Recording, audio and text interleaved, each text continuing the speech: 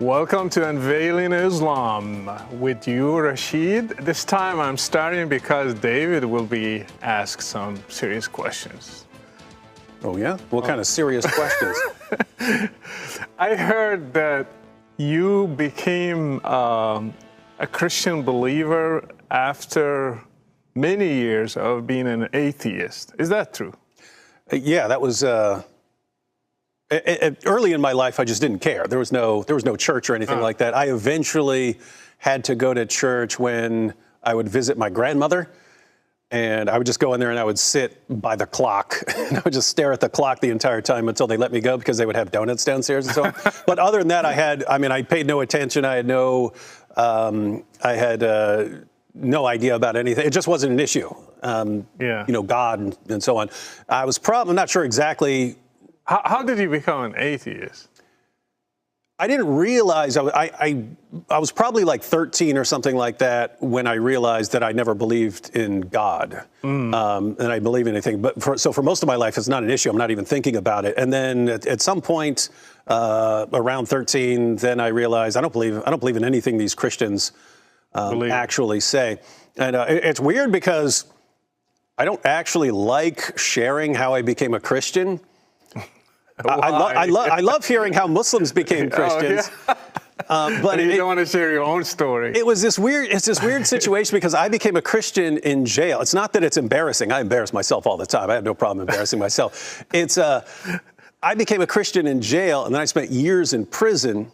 And then, so every Christian I knew had a criminal background. For the first several years, I was a Christian. So everyone's a criminal. Everyone has this dramatic story and so on of their life. And then I got out of prison, and people wanted me to speak in church and give a testimony and stuff. And I would, share my background. But people would come up to me afterwards, and people would actually come up to me and say, yeah, I don't really have a testimony. I just, I came from a good Christian family, and my mom was always praying for me every time we went out the door, and I've just always been a Christian. I'd be like, you think you don't have a testimony? That's like me. Like every Christian I knew early on was a criminal. So, that's the amazing thing is any idiot can fall down a hill, right? That's just gravity. Well, you just think they don't have as fascinating story as yours. Yeah. Let me ask you this. Why did you, I followed your videos. I know why, but I'm asking for the sake of those who do not know. Why you went to jail? Yeah, that was, I was eventually diagnosed with something called antisocial personality disorder. That's what psychopaths and sociopaths have. Okay. We don't form normal emotional attachments to other people. We don't respect other people's rights and so on.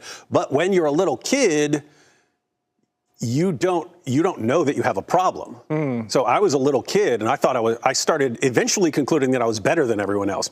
It started off, the first time I remember, I was 5 years old, and I'd had a dog as long as I can remember. I don't remember a time where I didn't have this dog named Goliath.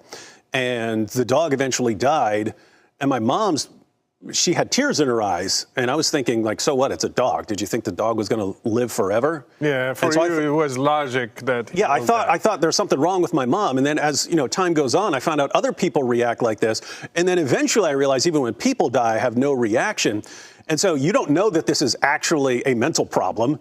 I'm thinking, oh, you guys are all inferior. You're controlled by your emotions, and I'm just this pure logic machine. So I concluded that I had evolved to a higher stage of humanity or something like that, and that So how did you go to jail? I attacked my dad with a hammer.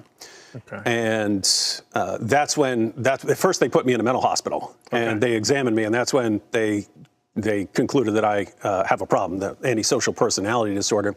And so, yeah, I got locked up for attacking my dad. For how long? I got a 10-year sentence eventually. But first it was a psychiatric hospital, then jail. And then I was in jail, and there in a dorm, there was a Christian there.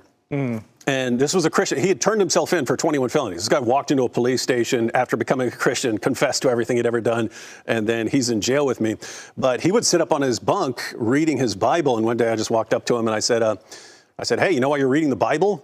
You're reading the Bible because you're born in the United States. If you've been born anywhere else, you believe in something else. If you've been born in India, you'd be a Hindu. If you've been born in Saudi Arabia, you'd be a Muslim. If you've been born in China, you might be a Buddhist. That's true to a certain extent. Yeah, but that's the view. It's like people just see, you all believe what you're told to believe, whereas me, I don't believe that stuff. I choose what I believe, which is nonsense, because I mean, I was taught, I was taught that the universe, exploded the Big Bang and life formed out in the ocean, and these are things, no one ever proved these things to me. You just pick these things up and you believe them. And so it was an interesting situation, because this guy started challenging me on things I believe. Like, I thought I could explain the origin of Christianity. You've got Jesus. He's going around with his followers. He dies. They want to keep things going. So they say he rose from the dead. Pretty straightforward, until you start finding out the actual historical background. That doesn't make any sense. So he challenged you, and then... Yeah, and lots of it was just like questioning what I would say. Like, really? Why do you believe that? And I was like, well, why do I believe that? I just heard it somewhere, and that's what I'm accusing this guy of. This is exactly what I'm accusing this guy of. But he kind of annoyed. We became friends. We would hang out and stuff. But he would annoy me when we were in these conversations, because I thought, hey, I'm supposed to be superior to this dumb guy, and he's beating me in these arguments. And so we eventually got into this fasting battle. Like, he wasn't trying to defeat me in fasting. He was just fasting. He would say, hey, I'm never going to have an opportunity to do long-term fasting except for when I'm in jail, so I'm going to do it now. And I was doing it. I was fasting just to beat the Christian. And eventually, I lost so much weight that they put me in a cell. They thought I was trying to starve myself. I'm trying to beat the Christian, and they think I'm trying to starve myself to death, right? But I was back there, and I was like, I'll study all this stuff, and I'll study all these arguments and so on, and then I'll go back out of here, and I'll destroy this guy. And eventually, some things started bothering me. One was like just design in the world. I was looking around at the blocks in my cell and how they're arranged, and I finally figured out, I was like, if someone told me this formed on its own in this order, I would think that's the stupidest thing I've ever heard in my life. And yet I believe that life formed on its own. And so why do I not see the problem there? Why would this be absurd to think it happened on its own? But I believe that life, which is way more complicated than some bricks stacked on top of each other, why do I believe that formed on its own? And then it was eventually a version of what's now considered the moral argument. I thought I'm inventing this stuff as I go along, these arguments, but it turns out these arguments have been around a long time. Yeah. So the moral argument was, hey, I think I'm, superior to other people, and that I'm a higher. What's the standard? Well, what's the standard? Yeah. So there's is there a standard of better and so on? And if that's the case, then how am I better? I'm a guy in a jail cell for attacking my dad. In what way am I this greatest thing? That's right. And so there was that, and really what sealed it was the resurrection. When I found out, it had a lot to do with how the apostles died, and these guys go into their horrible, bloody deaths, preaching that Jesus had risen from the dead and appeared to them. And I was trying to think of anyone in history who made something up and then was willing to go out and die for it. Because keep in mind, jihadis and so on will die for what they believe, but it's something they heard and then they believed.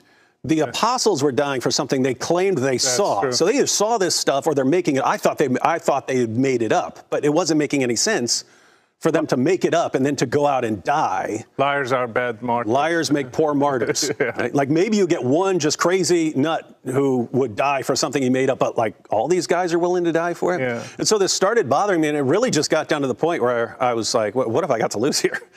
I'm in a jail cell. They're about to send me to my third mental hospital. And what if I pray and like nothing happens? And so I eventually just got down on my bunk and I prayed. I said, God, I don't know if I'll believe in you tomorrow, but I believe in you right now. And went through a kind of, sinner's prayer that I read in some tracts and Bible studies. And I sat up, and just the entire world looked different.